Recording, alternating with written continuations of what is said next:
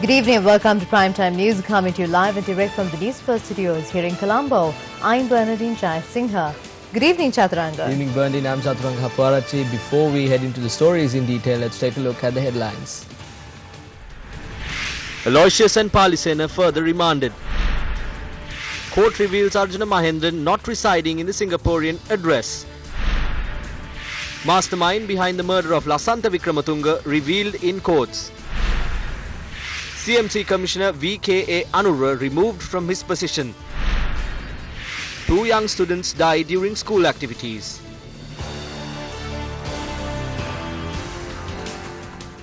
The owner of Perpetua Treasuries Limited, Arjuna Aloysius, and its CEO, Kasum Palisena, were further remanded until the 15th of March. The suspects were produced before Colombo Fort Magistrate Lanka Jayaratna this morning.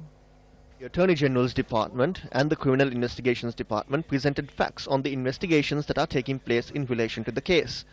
The AG's department informed court the first suspect in the case, Lakshman Arjuna Mahendran, the former central bank governor, is not at the address listed in Singapore. It was revealed in court Arjuna Mahendran's mobile number was given to the Singapore representatives of the courier service tasked with handing over the court notice. When they had contacted the number, an individual by the name of Lakshman had answered the call and said he will be returning to Singapore on the 30th of March. Lakshman Arjuna Mahendran's daughter, Anjali Mahendran, had flown to Singapore on the 20th and returned on the 22nd of February. In a statement to the CID, she stated she had not met with her mother or her father, Lakshman Arjuna Mahendran, over there. As Arjuna Mahendran is given time until the 8th of March to appear before the CID, court will decide on what measures need to be taken after that day. Court issued an order permitting the Criminal Investigations Department to continue recording statements from Arjun Aloysius and Kasum Palisena from the 5th to the 15th of March as investigations are ongoing. The magistrate directed the attention of the prison superintendent to a submission made by the attorneys for Arjun Aloysius, who claimed the suspect has developed an acute skin condition and urine infection. The Attorney General's Department informed court the Financial Intelligence Unit of the Central Bank has lifted the restrictions imposed on 15 bank accounts of companies that are related to perpetual treasuries, as investigations have uncovered the monies do not relate to any illegal activity. However, the AG's department emphasized this is just a small portion of the total bank accounts. The Attorney General's Department informed court there is a sum of 9.2 billion rupees available with the Standing Deposit Facility account and another 2.2 million rupees in the real-time gross settlement system in PTL's name at the central bank. The National Savings Bank, DFCC Vardhana Bank and the Bank of Ceylon have released documents to the CID on their transactions with and on behalf of PTL, while Pan Asia Banking Corporation is expected to release them in due course. Court permitted the CID to retain these documents for their investigations and then submit them as evidence once the investigations are over. As the Attorney General's Department has requested for separate representation from PTL, which is also a suspect in the case, President's Counsel Kalinga Indatissa undertook it on him to inform PTL of this need. Additional Solicitor General Harit Priyajasundara led the Attorney General's team in court today. Attending an event in Angunukala Palasa, General Secretary of the United People's Freedom Alliance, Minister Mahinda Amaravira, commented on the changes expected in the country following the cabinet reshuffle. There was a cabinet reshuffle for the United National Party. We were expecting bigger changes. The party will decide that, but a change should take place at least to a certain extent. Many mistakes were rectified, but there has to be a major change. The cabinet reshuffle of the Sri Lanka Freedom Party will take place. The President is hoping to implement a system to make the required changes and move forward as a good government. Questions are raised as to what will happen to ministries in charge of police and law and order. That ministry is under the United National Party. The UNP has proposed Minister Sarath Fonseca. The ministry was given to the Prime Minister temporarily. We believe the ministry should not be under the Prime Minister but under someone who will enforce law and implement programs to eradicate drugs and work against fraud and corruption whilst bringing back the trust placed on the police with unbiased operations. New Minister of Sustainable Development and Wildlife Ravindra Samaraveera assumed duties at the ministry today.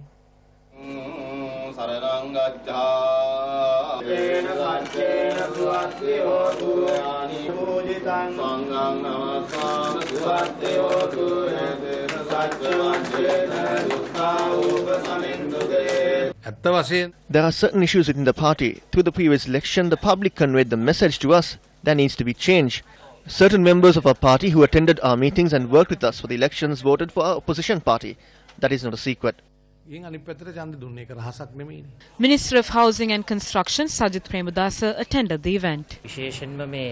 The conflict between the wild elephants is not a new issue. We can do a small scientific demonstration if you want us to. This is not a new problem. If you want, we can provide a special explanation. Speaking at an event in Dambul, a national organizer of the All Ceylon Farmers Federation, Namal Kanwaratne made observations on the Prime Minister's new responsibilities. Prime Minister Ranil Wickremesinghe is in charge of the police. He started working as soon as the police department was brought under him. But there are rogues wearing the national attire and a suit and tie in Parliament, Cabinet and several parts of the country. Former Governor Arjuna Mahendran, who robbed the central bank, is one of them. Individuals involved in the MIG deal are on the loose. Prime Minister provided a good character certificate about Arjuna Mahendran and now he has fled. He is not even living in the address provided to court. The Prime Minister is in Singapore now. Even if he couldn't take handcuffs from here, he can borrow one from Singapore and bring his friend back to the country. Prime Minister is the mastermind behind the central bank bond scam. Former Minister Ravikarna Anayaka said today that talent is being ignored in the current political system. He made this statement to the media in Colombo today. We must think now. Time has come where we must think of the people and be loyal to the people. This is the situation at present. This country has moved towards the darkness because the talented people are being cast aside because of political disputes and personal issues. The time has come to rethink all of this. Instead of taking the UNP along the correct path, it looks as if we are doing something abnormal. As per the statement made by former Minister Ravikarna Anayaka, one such talented politician who has been cast aside is B. Sirisena Kure. Under the guidance of his father, he was a founding member of the United National Party. Sirisena Kure became an active UNPer in his younger years. He rendered his services to the nation and to the party as a mayor of Colombo from 1979 to 1989. He then came into the parliament and headed the Ministry of Housing under the presidency of late R. Premadasa. Under the assassination of Ranjan Wijeratne in 1991, Sirisena Kure accepted the post of Party General Secretary at a time that many considered to be crucial to the United National Party. It is evident that the UNP, a major political party in the country, is facing some form of crisis. Party members are expressing various views, including bringing forward a no-confidence motion. I remember when R. Premadasa was contesting for president, there was a situation where UNPers could not go out of the house. You would be killed if you were on the road. You would be killed if you were at home. At a time like that, Sirisena Kure, as the chief operator of the elections, got the party together and acted accordingly. When President Premadasa was assassinated, Ranil Wickremesinghe and Sirisena Kure worked hand in hand to stop the country being unstable. They were able to take us out of the unfavorable situation and took the country forward. How good would it be if the support of Sirisena Kure could be extended to the UNP at a time like this? How good would it be if they are willing to accept that support?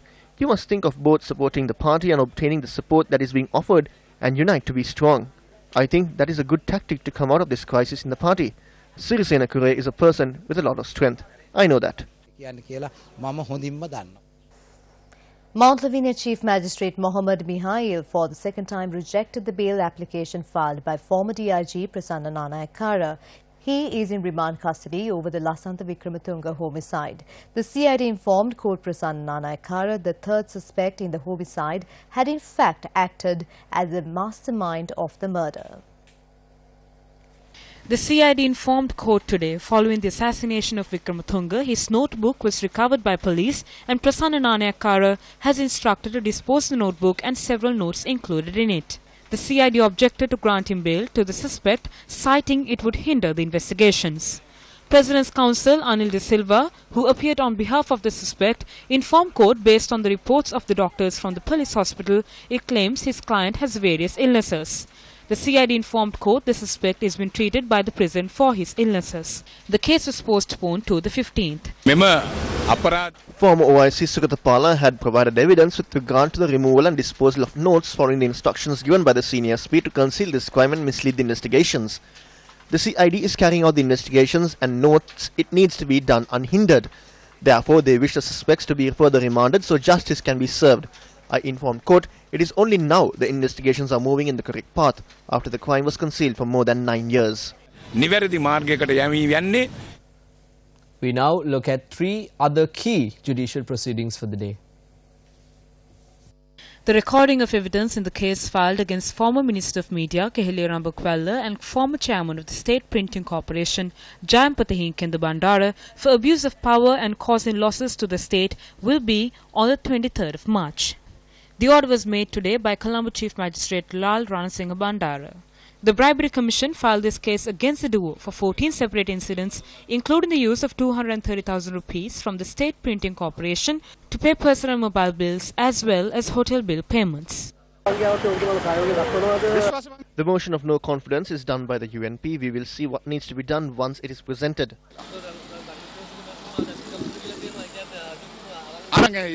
I think he will. He said in Parliament that he takes complete responsibility. That must be why an alias was used. He will bring him and present him before the country and say, I have delivered on the promise. We will wait and see. The Court of Appeal today granted permission for former President's Secretary Lalit Weerathunga to travel overseas from the 20th of March to the 30th of April. Court directed the Registrar to inform the Controller of Immigration and Immigration regarding this. Colombo Chief Magistrate Lal Ranasinghe Bandara ordered the Commission to investigate allegations of bribery or corruption, to file a charge sheet against former Minister of Sports Mahinda Anandalut Gamage and former Chairman of Lanka Satusa Nalin Fernando on the 13th of May.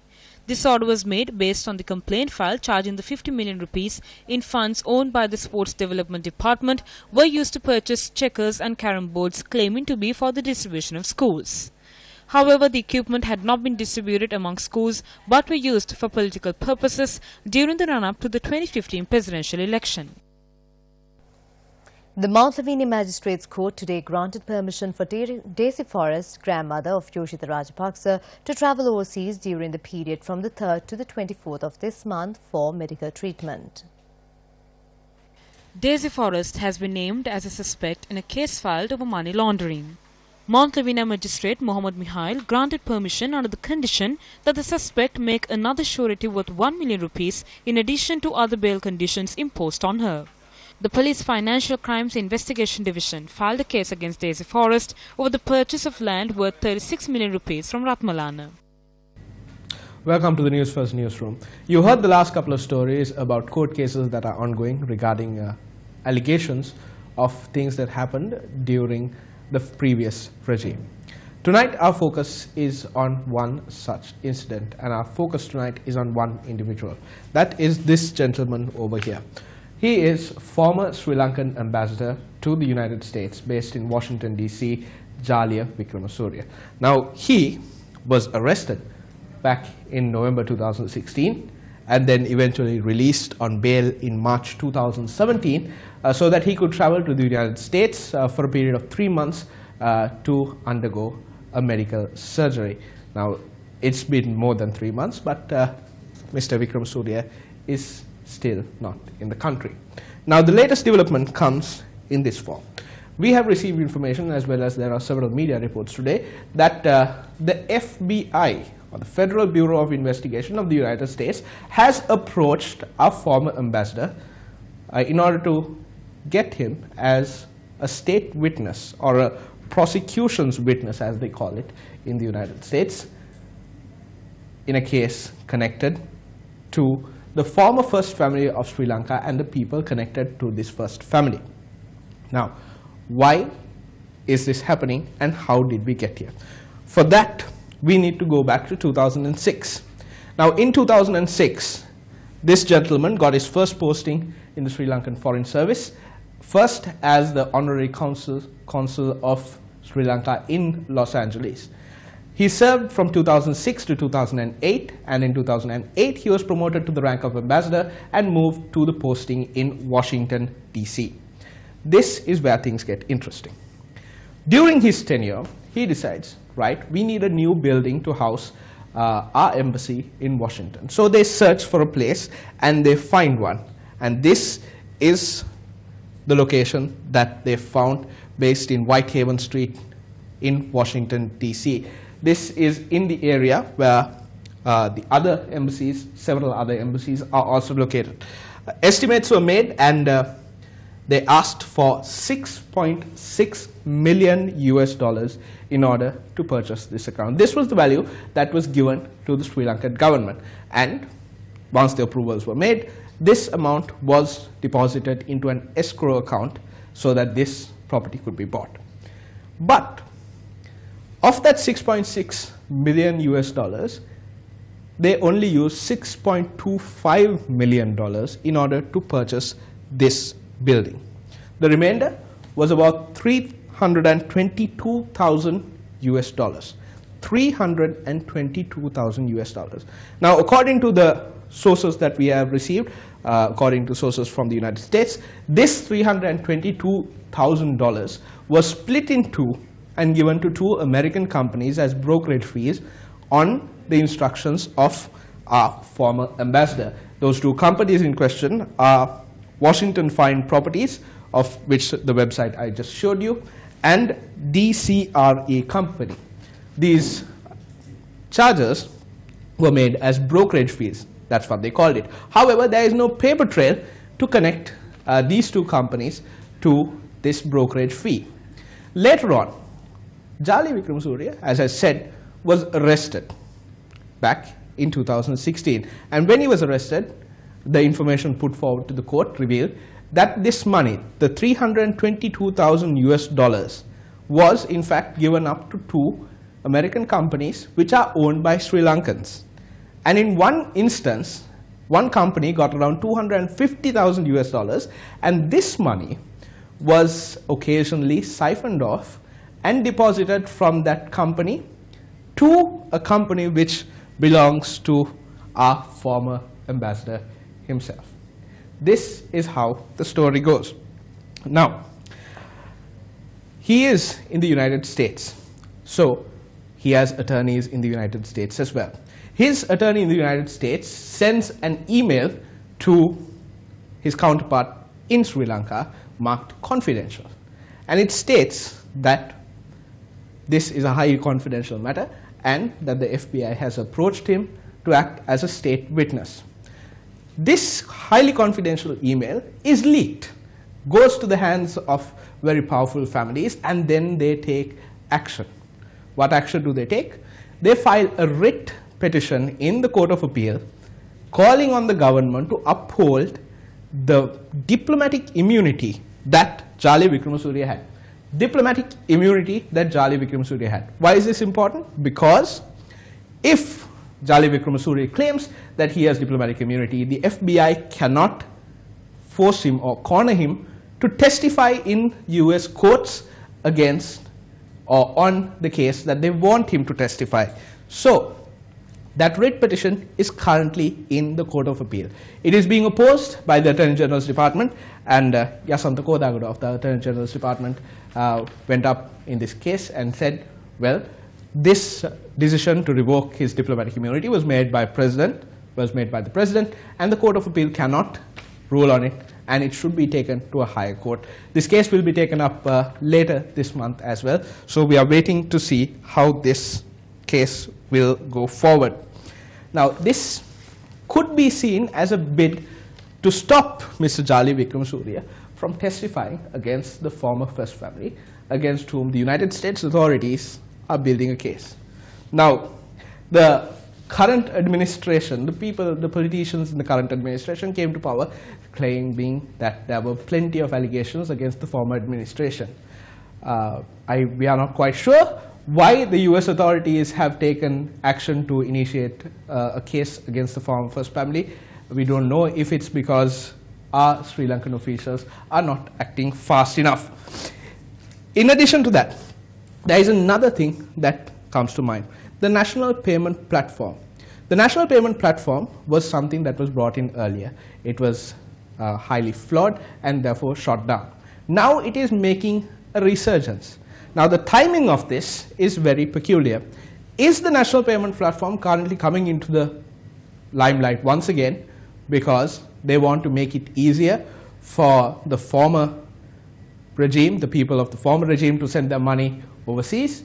Or is it because they want to use this system so that they can send their own money earned through various deals and kickbacks overseas. This is something that the people should definitely keep an eye on, and News First will, of course, keep an eye on this developing story. I'm Ramesh Bandara from the News First newsroom. Time for a short commercial break. US plans to impose steel and aluminium tariffs risk prompting a wider trade war after EU, China and others vow to retaliate.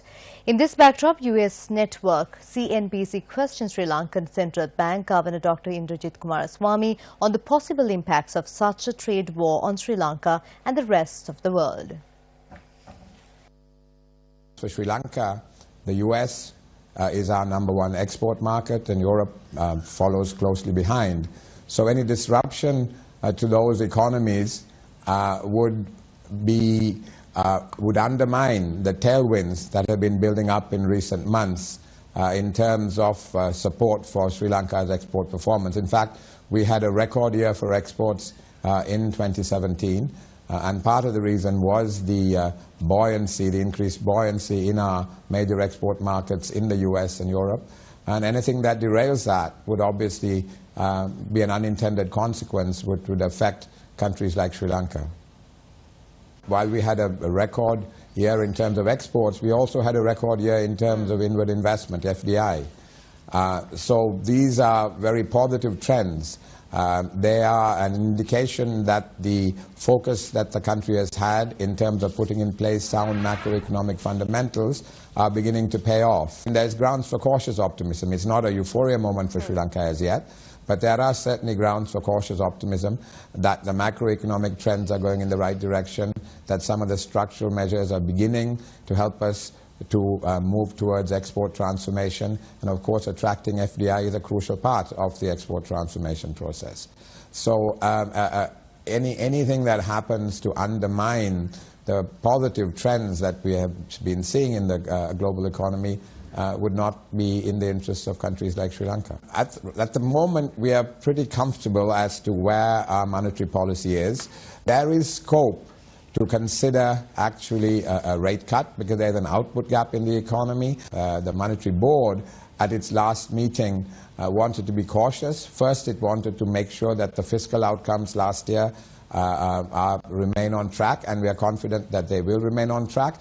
The other factor, of course, was the normalization of interest rates, particularly in the US and possibly in Europe also later this year.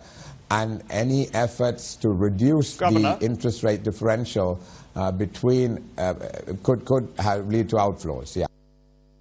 Concerns are growing over the welfare of students in schools when today a student of the Udagama Mahavidyalaya in Atabage in Gampala passed away.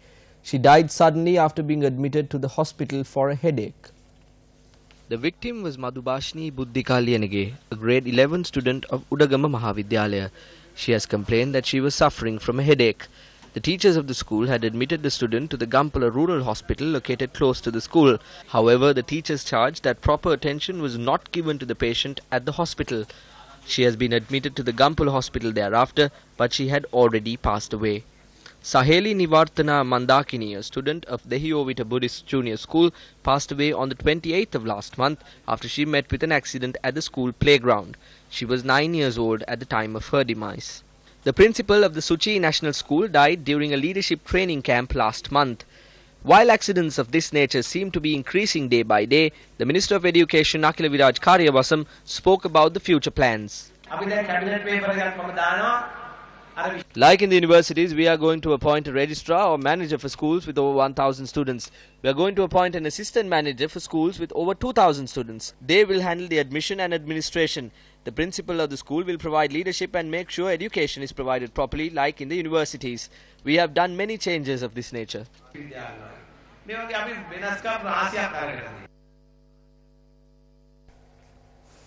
The Newsfirst Cometh initiative was launched under the theme For the People, by the People. Taking this precedent to new heights, the people are now rallying together to help each other in whatever way they can. This road leads to the Yaggirilena Aranya Senasana, which is located in the Yaggirilena Reserve in Valalla Vita. Residents in the area have to travel 4 kilometers into the reserve and continue the journey walking for another half a kilometer. Youth representing the 4DR Jeep Owners Association visited the area to discuss the renovation activities of this dilapidated road for the convenience of the residents and devotees. Commissioner of the Colombo Municipal Council V.K.A. Anura was removed from his position by Governor of the Western Province K. Sri Logeshwaran. The decision was made following the recommendations of the one-man presidential committee that was appointed to look into the Methurumula tragedy. The report compiled by retired Court of Appeal Judge Dr. Prasanan Anyakara regarding the tragedy was handed over to President Maithripala Sirisena on the 6th of last month. The UN and diplomatic community in Sri Lanka gathered together this afternoon for the funeral of Una Macaulay, UN Resident Coordinator and UNDP Resident Representative. Speaking at the service were UN Assistant Secretary General Mr. Howling Zhu, Minister of Finance and Mass Media Mangala Samarawera and James Duris, the British High Commissioner. Amongst the other heads of diplomatic missions in attendance were the High Commissioner of Australia, ambassadors of the United States, Netherlands and Japan. UN resident coordinators from the 21 resident and non-resident UN agencies were also present. Minister of Finance and Mass Media Mangala Samarawera said Una Macaulay had the ability to view problems and challenges through the eyes of Sri Lankan people, and each day that she served she worked towards realising a vision that Sri Lankans have for themselves. On behalf of the government, the minister thanked her for the lives she touched, the lives she made better, and for her work in making Sri Lanka's partnership with the United Nations excel. Una Macaulay passed away suddenly on the 23rd of February, aged 54. She is survived by her mother and 2 sons. The 19th Sri Lanka Air Force cycle race, organised in line with 67th anniversary of the Sri Lanka Air Force, was flagged off today. The Champion Network, inclusive of Sports First, is the official media sponsor for the event. The Sri Lanka Air Force cycle race was flagged off by Commander of the Air Force Air Marshal Kapila Jampati this morning in front of the Air Force headquarters. The senior management of the Capital Maharaja Organisation Limited, among others, were present for the race. We plan to conclude the event from the Eastern Province at a time where the country is led by the President and where there is a peaceful environment in the country. We believe this is an opportunity to promote reconciliation and unity among all communities.